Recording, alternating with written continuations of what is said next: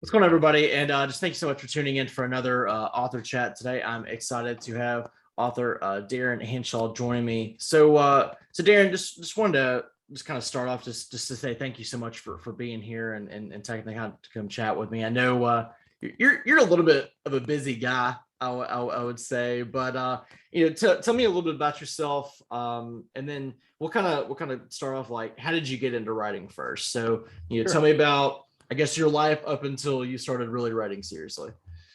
Well, thanks for having me. I really appreciate it. Glad to be here to chat with you about writing and, hopefully maybe inspire some future writers out there.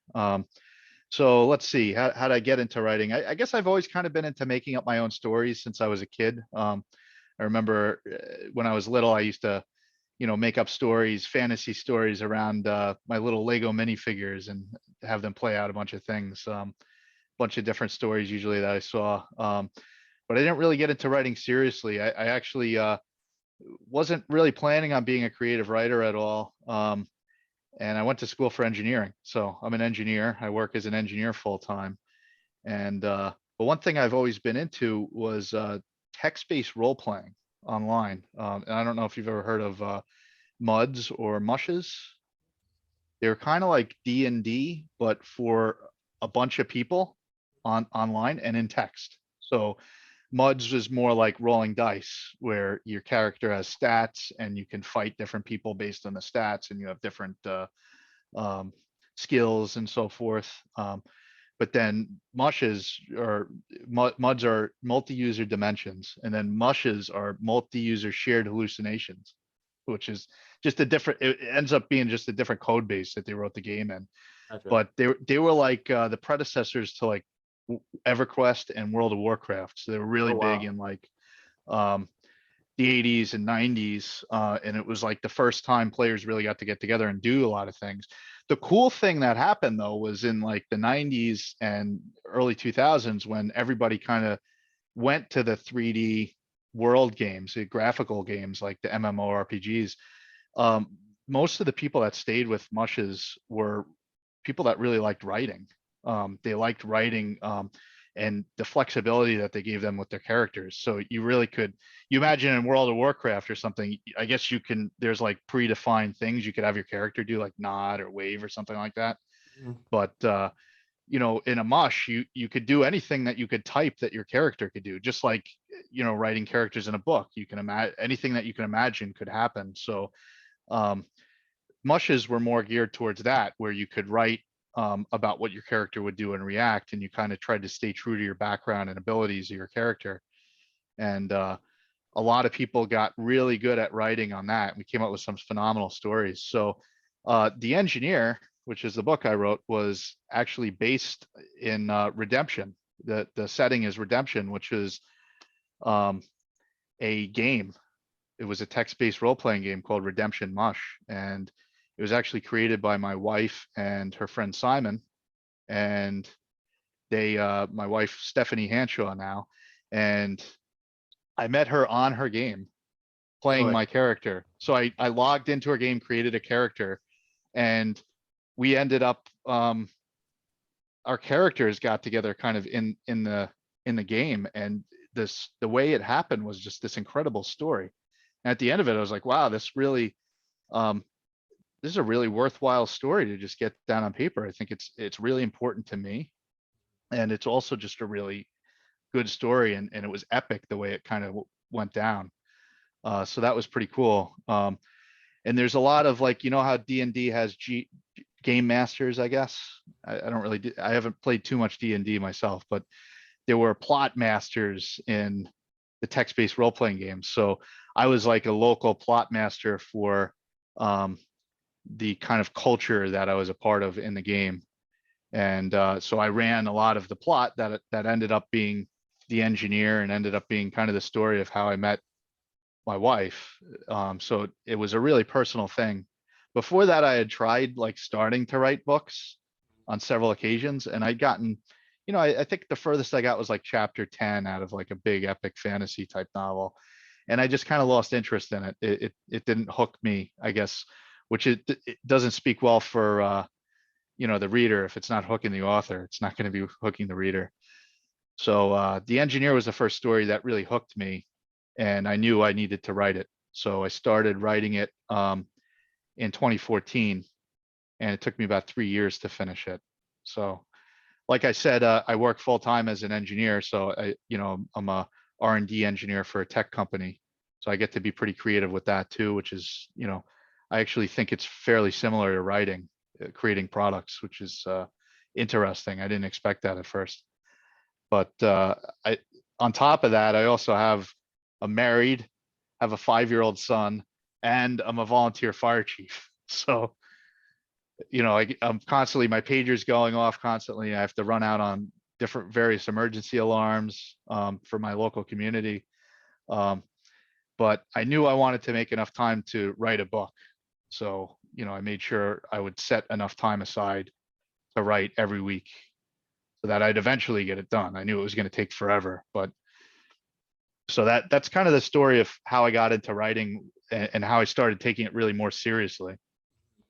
Yeah, and I'm curious, kind of with that. Then I want you to talk a little bit about your writing process, and this kind of feeds into it.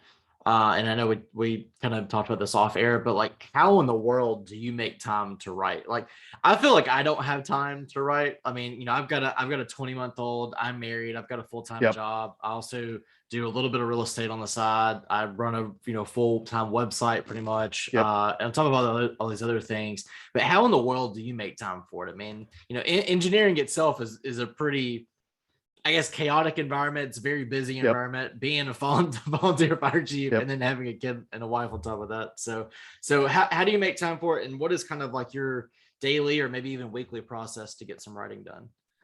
So the cool thing about writing, I guess, is it ends up, and eventually I'm doing it for a reader, but in the beginning it's my process. So I set my goals, which means I don't need to release this year. I don't need to have a deadline, which is pretty cool. So if I don't write to a deadline, I don't have to stress too much, but I want to get enough writing done. I want to make steady progress with a project, right?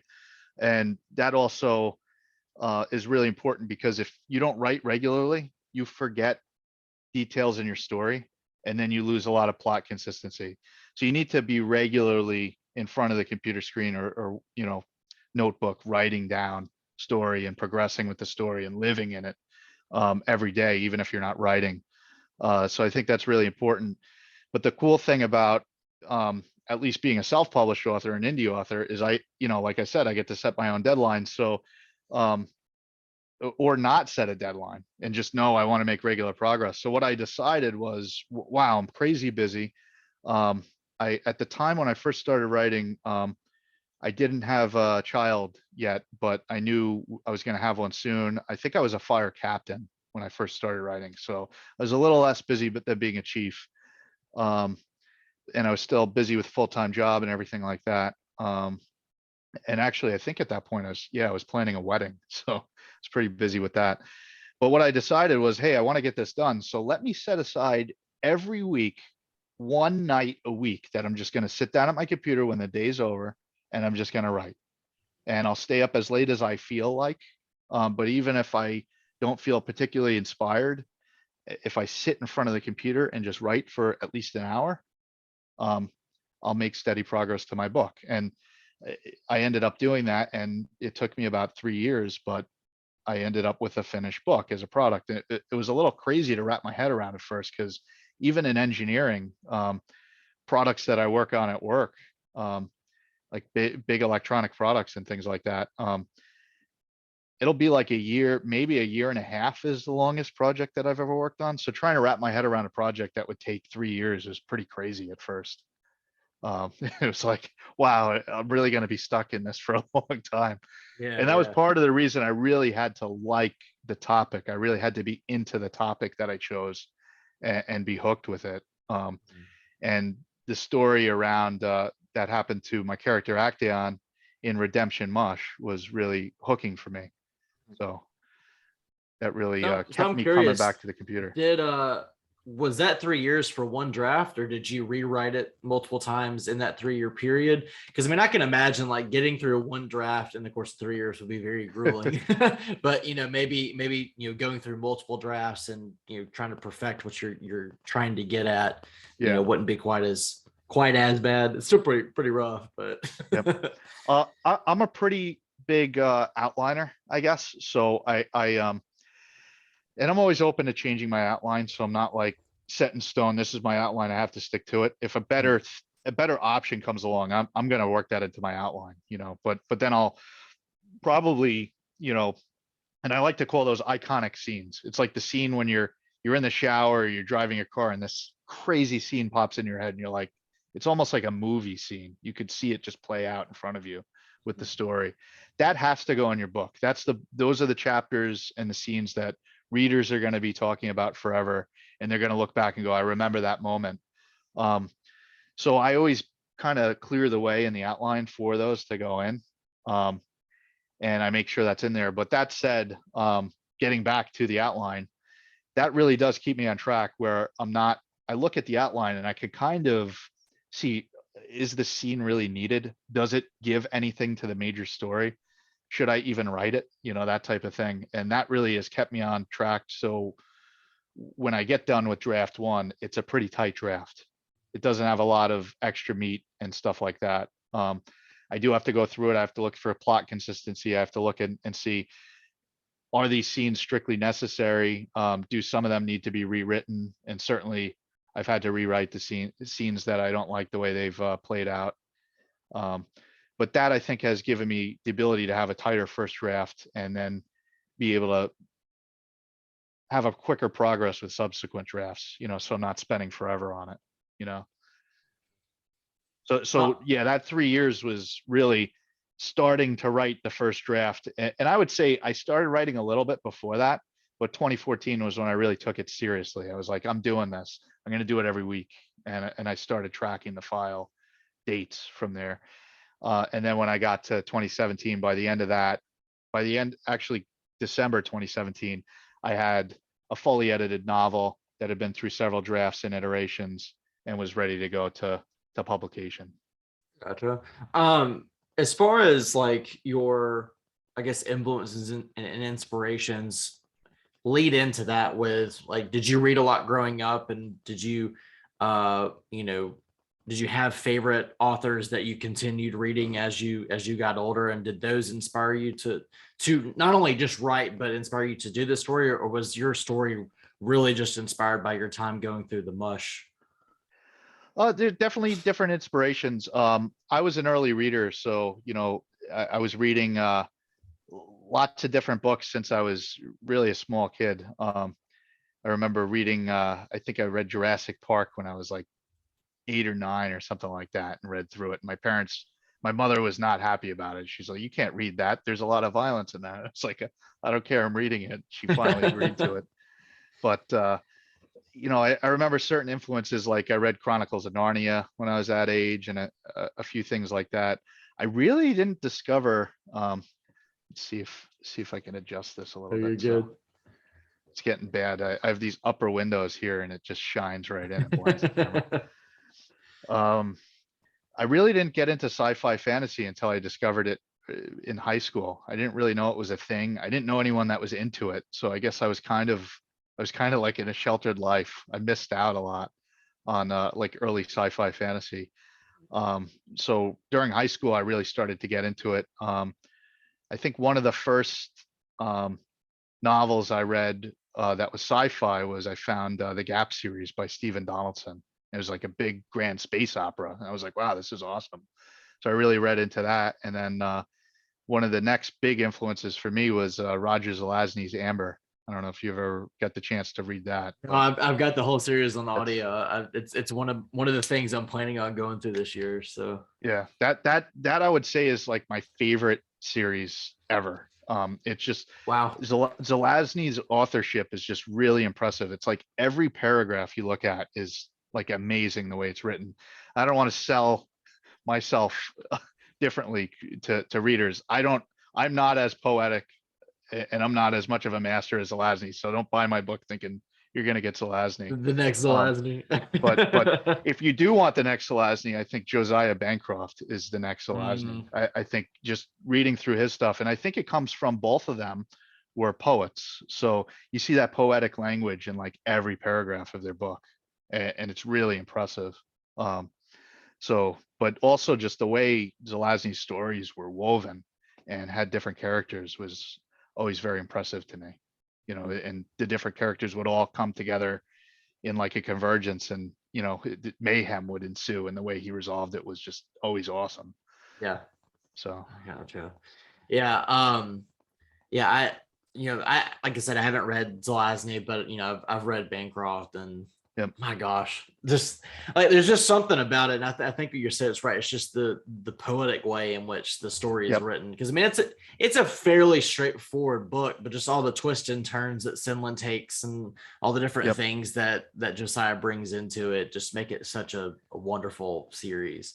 Yeah, the way he describes just normal things as he's writing, it is just incredible. It just I wouldn't ever be able to do it. I think when I sit down and I can write descriptions, like because I have definitely an issue when I go through my own writing and I need to go back. I realize, well, I didn't describe that at all, because for me, my mind slows down to like snail's pace when I start writing big descriptions. But usually when I write them, they come out very good and poetically, but I just am writing way too slow. So I want to get back into the story, back into the action. So I write more fast paced and kind of cut it down to more, what is the progression of actions that's going on. So more like maybe how the Expanse series is written. No, not so poetic, but these are the things that are going on. Um, but yeah, it's just incredible how even during an action scene, those two authors to me can um, write things so amazingly. That would be kind of how I aspire to write one day, maybe 20 years from now, who knows? Um, But I say but I maybe also, when you have more time. yeah, right. Yeah, maybe one day I'll be in semi-retirement and spending entire days writing or something like that. Um, other authors I've written that have inspired me a lot, Larry Niven and Jerry Pournelle. It's a lot of different sci-fi concepts that are really inspirational to my stories as well. And Erickson certainly with the Malazan series, which kind of goes everywhere with that series if you've ever read it. So it's pretty interesting there too. I'm sure there's others that will come to mind too. Now I'm curious, when you was the engineer the first piece that you really wrote out, or did you have some fiction? I guess that you always have those that like will never see the light of day. So Yeah. was that your like first thing, or do you have some other stuff that you've kind of started on and didn't really get back to? I mean, I know you mentioned one you got into and it wasn't hooking you, so why Yeah. continue it? But do you see yourself continuing the science fiction route? Do you see yourself kind of going back into a fantasy route at some point, or just kind Uh, of again, does it kind of just depend on like what you're feeling? yeah, I'm not sure yet. I'm kind of riding the engineer story wave because there's something in engineering called scope creep, where when you're working on a product, you say, what if I had this idea? And what if I had this idea? And what if I had this idea? And eventually it becomes this kind of crazy product that you want to avoid that Mhm. because you'll never finish it. But the cool thing about, writing is my scope creep can be a bunch of short stories or a prequel novel or a bunch of sequels, right? So it's ended up kind of turning into that, where with the engineer, I have a prequel planned and outlined. I've got two more books, one of which is going to come out, I think in March or April, um, that come afterwards. And there's actually a bunch of short stories that I kind of have jotted down the ideas for, and I want to write after I'm done with this next book. Before that, I was writing a fantasy book. I don't remember what it was called. And I don't know that the story was bad. I just didn't feel the same level of inspiration to continue with it. Um, and I started writing a joint novel actually with my wife. And that was before we had a kid and got very busy. And that was based on a colony world that had lost contact with Earth. And there were some similar things to redemption the setting and the engineer in that world. Like there were these interesting ruins on the planet that would tie into the story later on. But that I would eventually love to get back to that and maybe just rewrite the whole thing now that I have a lot more experience as an author. So So let's talk a little bit about the engineer. Can you talk about, what is it about? What do you expect readers to kind of take away from the story? And then what can readers expect going forward? sure. So the engineer takes place in a city called Redemption. And you can see this is a sketch that Marcin Rubinkowski, my cover artist, did of Actaeon, the main character, showing up in the beginning of the book. He shows up kind of emerges from the rubble in this place called Pyramid, which is this huge, tremendous structure of the ancients that's left behind in this shattered city. And the cool thing about Redemption is it's this ancient technological city, and the people that used to live there are gone. Nobody knows what happened to them. They vanished without a trace. There's no bodies left behind or anything like that. It's almost like they just disappeared from the city and left stuff there. And the city over the years kind of fell into ruin. Like the jungle started to creep back in and take over um, the city. And then some 100 years before the story started, legends say that portals opened, and the people that are currently living in Redemption kind of emerged in different areas of the city and found themselves in a place that was totally unfamiliar and with no memory of who they were or where they came from. And so it was an interesting concept because you really can explore a lot of different things. How are people going to treat the technology? I think there's a saying from it might be Asimov. I don't remember. It was one of the famous authors. Sufficiently advanced technology is indistinguishable from magic. Um, so a lot of cultures treat the technology very differently. Some of them worship it, some of them fear it, and they try to destroy it. And some people try to harness it to, achieve power in that world. So there's a lot of different factions that want to do different things with that technology. Actaeon is a character. He's the main character, the titular engineer, right? So he wants to try to know more about it, to share it with everybody. He thinks the more understanding everybody has of it, the better their culture will be. And so he wants to really share the truth with everybody about that technology. So he's kind of the open source guy, right, of that universe. He wants to try to figure out what are all these artifacts and what can I do with them and how do I make this world better. And there's two factions in particular that he has a hard time with. One is the Loresworn, and they're a group of people that kind of keeps the technology to themselves and they don't share it with anybody and they use it for their own benefit. And then there's another group called the Keepers, and they're they have a god called the All-Father that sends them out into the ruins to destroy working artifacts that they could find, because they think their belief is that it led to the people's destruction that were there. They think it led to the ancients' destruction and left the city in ruin. So they're trying to protect people, but Actaeon kind of disagrees with both of them, right? So he's butting heads with them. So when he gets to in the beginning of the events of the engineer, he's being pursued by these kind of enigmatic individuals called cross-face raiders, and they're pursuing him across the rubble and trying to capture him, and he doesn't know why. He kind of suspects maybe they want to use some of his engineering skills for something, but he doesn't really know why. And so he's fleeing them as he's trying to get to Pyramid, because he's decided to go to Pyramid. Most of the book takes place there in this ancient building, and that's like the neutral center of redemption. So everybody's welcome there, and there's another order there that is called the Arbiters, and they enforce the neutrality there. So there are a bunch of different dominions, which are kind of like city states that exist throughout the ruins, and they've each kind of carved out their own little niche, and they defend their territory. but they're all welcome in Pyramid. So that's kind of like where everyone meets up to discuss politics, to trade, and do different things. So Actaeon wants to go there to, I guess, get more involved with things that are going on and try to use his inventions to improve all of Redemption instead of just being part of Raydell Dominion, which he's lived in since he grew up in that Dominion. So Okay.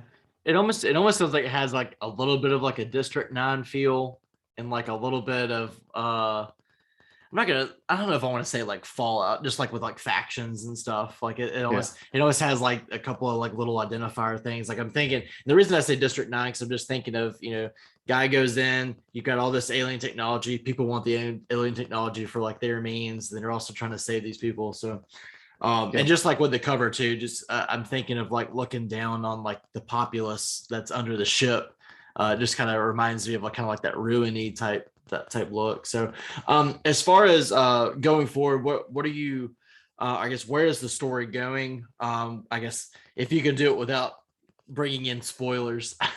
yeah. So as far as the engineer goes, I mentioned the Order of Arbiters that controls the neutrality of pyramids. So my wife's character was actually a character named Isandra, who was a Knight Arbiter. So she's like this badass Knight Arbiter, and she's also lost. So she's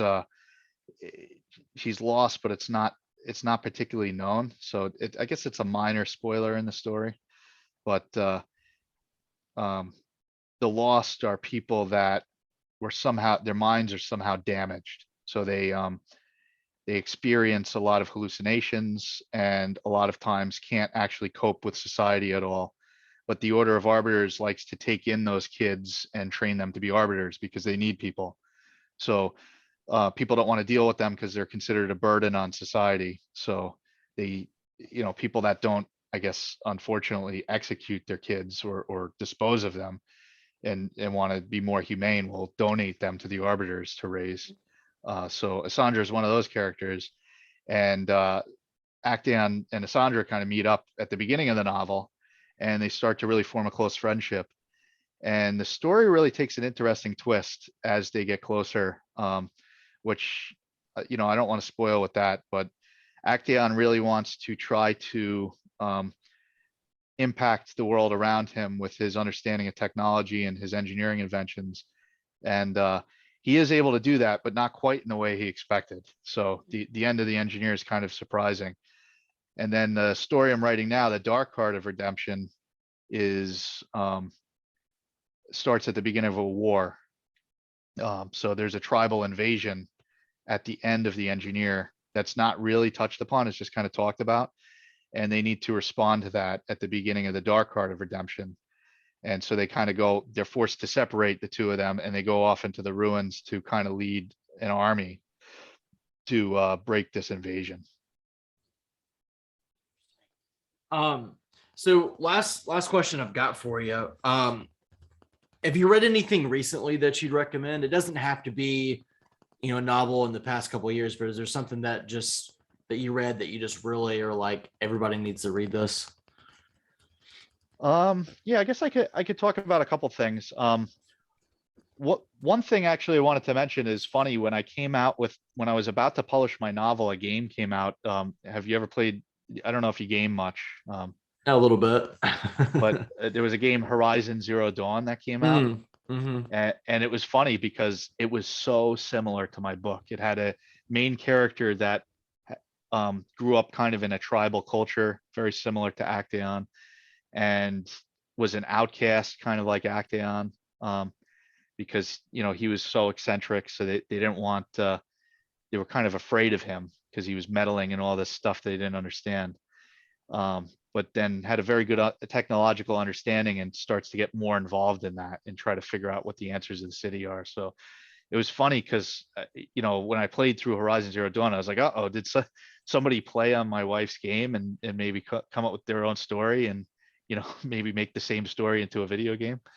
But turns out it was a much different story, and it's a really amazing story. If you ever get the chance to play it, I'd highly recommend it.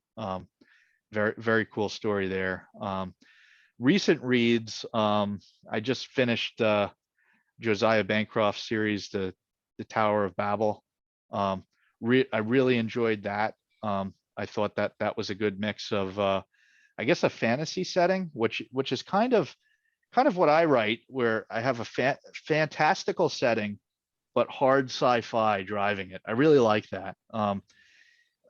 You know, it feels like there's just more rules baked into the universe, I guess, whereas with Magic, you know, there are some people that really are very good with creating good magical rules, like Sanderson, I know, does that.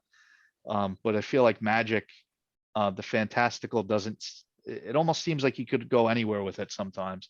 Yeah. So I like that hard sci-fi constraint, and going there with that, and maybe coming up with a fantastic idea and trying to figure out exactly how does this work. And I noticed the Tower of Babel with Josiah Bancroft, he really comes up with some similar things where, you know, maybe not so much hard sci-fi, but certainly from a soft sci-fi perspective, where everything kind of makes sense that's going on. And it's constrained by physics more or less, which is interesting. So I really enjoy that. I enjoyed that series a lot. And I thought he really pulled off a really nice ending, which, you know, for a new fantasy author, that was a cool thing to see. I think he did a really remarkable job. I don't know, did you get a chance to read it? Yeah, Read the last book? yeah. Yeah. Like I said, I think I've been through that series twice now, because I ended up re-listening to the first 3 books in anticipation for book 4. And yeah, it's just I still owe him a review for it Yeah. at the time. But yeah, It's a hard series to review. I wanted to write him reviews, and I think I wrote for the first couple books, but after a while it's just so complicated. I'm like, I don't even know what to write about this. Yeah. This is good. Buy it. It's pretty much where I Yeah. got to a point. And that's what happens, like when I get the series. You know, I feel like Yep. I put it all out there for like the first book, and then you just kind of start talking about the same characters, and you're just like, how do I get people to continue to do it? So I've Yep. kind of gotten to the point where if it's not a standalone, I'll typically review the first book and just kind of read on my own and rate them and stuff and talk about them a little bit. But yeah, it's hard to review a series unless you just do the whole series in one review. Yep. Exactly. Yeah. Yeah, it's tough. It's tough to then go into those previous events. And why is this book good? Well, I got to talk about the last book too. Yeah. Yeah. Okay. So anybody who hasn't read this, don't read this because it's got spoilers. Because there's no way to Exactly. talk about this without bringing stuff up. Yeah. And That's why when I was writing The Dark Heart of Redemption, I you know, especially since my book has so much time, you know, it takes me as an author like years to write a book. Now that I'm a fire chief, it's taken me, I think, 4 years to write this book. So it was really important to me to make it a standalone, where you could pick it up having not read The Engineer, and I would at least explain things that you'd need to know in the book. Not in a way that's like an info dump, but enough that you'd be like, oh, okay, this makes sense. I could keep reading this. Yeah. So, you know, I think that's really important to write that standalone. And the other series I was going to recommend does a really good job of that. I don't know if you ever got a chance to read The Expanse by I haven't. It's one that I keep saying I'm going to do it, and I've watched a little bit of the show. But yeah, it's another one of those I've put on I've got like a nice spreadsheet of like all the series that I've planned to get to this year. We'll see if it happens. But yeah, I've heard nothing but amazing things about it. Yeah, that series, I got to say, it's an easy read to go through with a really complicated story. So it's like really almost kind of simple how it's written. It's not like a level. It's a level of complexity down from like Josiah's book, but it's just the storyline just really hooks you a lot.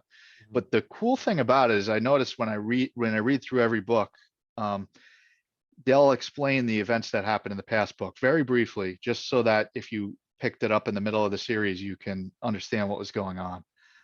And that was kind of an inspiration for how I wrote The Dark Art of Redemption, because I wanted you to be able to say, pick it up and read it right now without having read The Engineer, and to be able to really know enough about the story to enjoy it, not to have it hinge upon the events of the last book. So I think they did a really good job with that, where you could read any one of those books and really do a good job enjoying it. Yeah, I know there are several authors that have started putting like the, if you missed the last book, they'll put a little Yep, bit at the yep. beginning. And I love going back to Josiah. I love how he did it in the fourth book, because Yes. he did it like as a page out of the guidebook, you know. Yeah, And so it made it really just a part of the book instead of something that you could skip if you've read before. yeah. Didn't break the Um, fourth wall, right? It was yeah. kind of just part of it.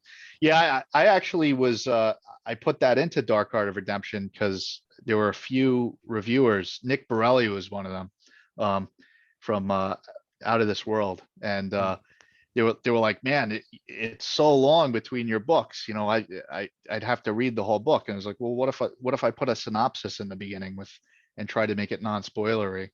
And I got to say, it sounds like such a good idea, and I guess it is.